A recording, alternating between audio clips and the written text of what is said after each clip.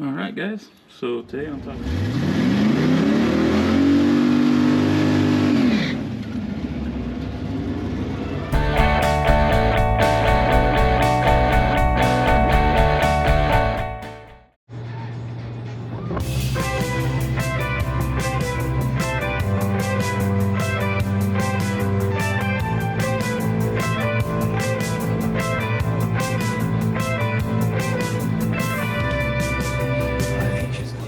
scratch that.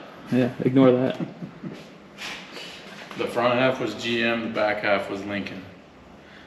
Yeah, the GM U-joints are like that. Like the 90s and 2000s and up.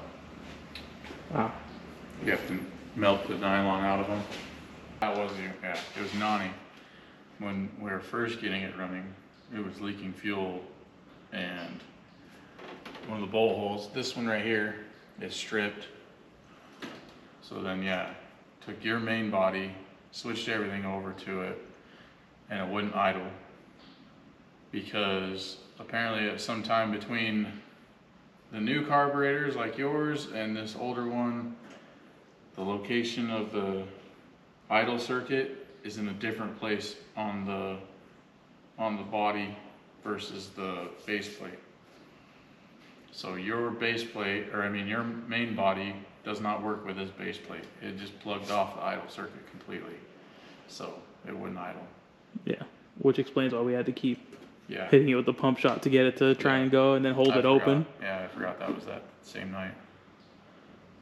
So this carburetor needs the main body helicoiled. I don't want to mess with it. It's not really the right carburetor for the setup anyways because it's an 850 double pumper. A smaller carburetor would be better because it'd be more responsive. So we're going to switch it out with a 2-barrel. The old trusty 2-barrel. Not just any 2-barrel either. It's an E85 2-barrel. This is a racing carburetor. I just wish I had some E85. What, you didn't go get it? No, I didn't. I didn't have a can. What a loser. All my jugs are up here. But both of these trucks have E85 in them. Yeah, and neither one's probably going to be running anytime soon.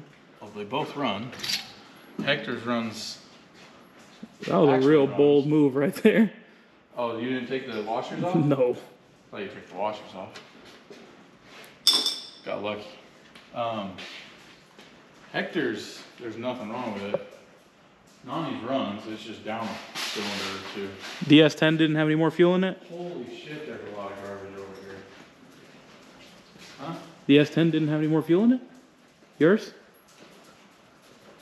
No, I drained it before I ever worked on it. Oh, yeah, it runs. You had to now. put fuel back in it. I forgot it runs now. Yeah, there's some fuel in it too. Just find Nani's little fuel sucker somewhere, probably behind the seat.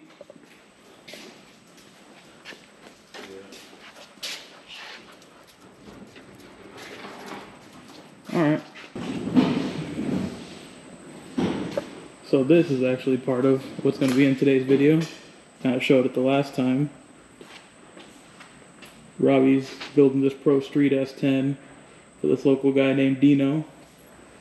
Runs a pretty big truck show here in Arizona. It's going to be pretty sick. It's going to get a few more cubic inches in the front, and not just from the engine. Pretty clean little S10. Still got the full interior with the mat. This thing's actually really nice. Right now he's in the middle of welding on the rear end, and the 4-link, and it's got probably the shortest 4.9-inch I've ever seen. I think flange to flange is like 35 inches, if that.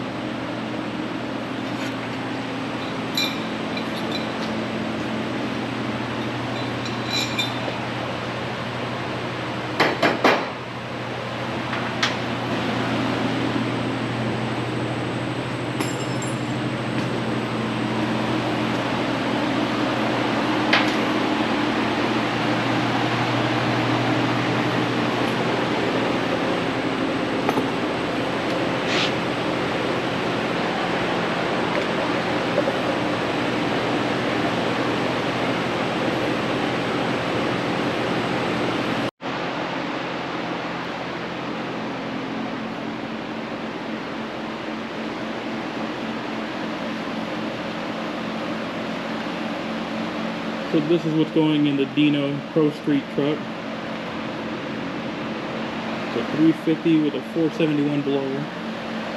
Looks like a crate 350. It doesn't look like anything crazy externally. It's got 6 valve covers on it.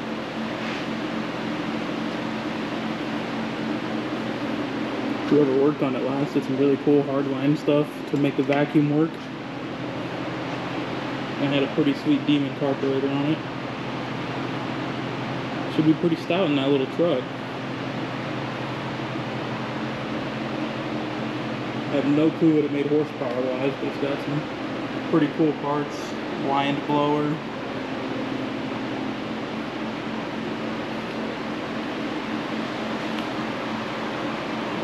Cool.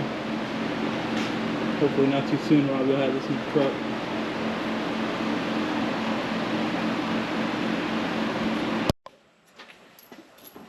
Always be rolling. Just in case I throw one of these studs down the intake. All you're looking at is a water pump pulley. Yeah, it's good, it's good.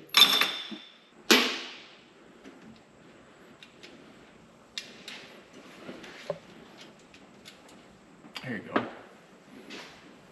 Oh, you want me to do stuff?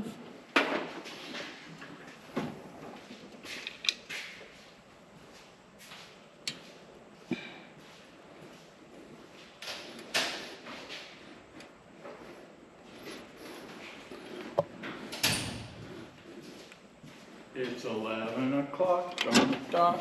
I'm in my drop top.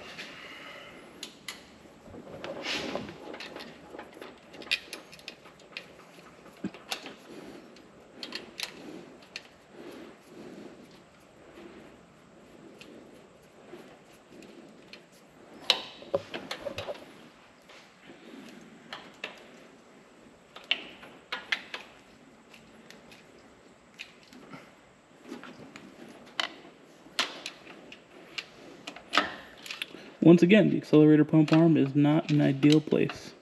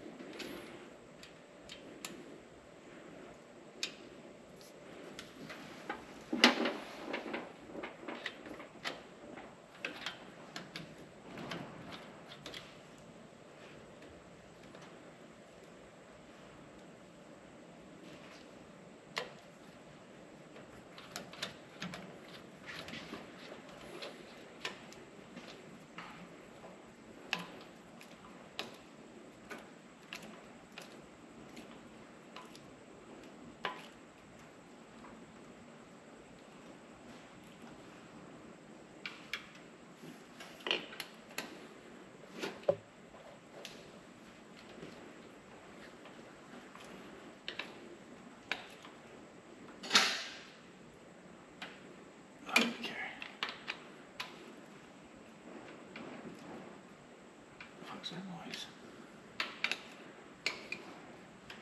Of course, the throttle linkage is different.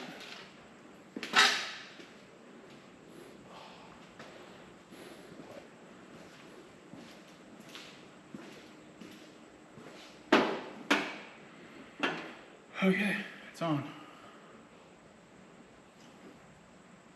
Your fuel line long enough? It's gonna have to be modified. Oh. Get rid of the T or cap it. It's too hot. I'm done.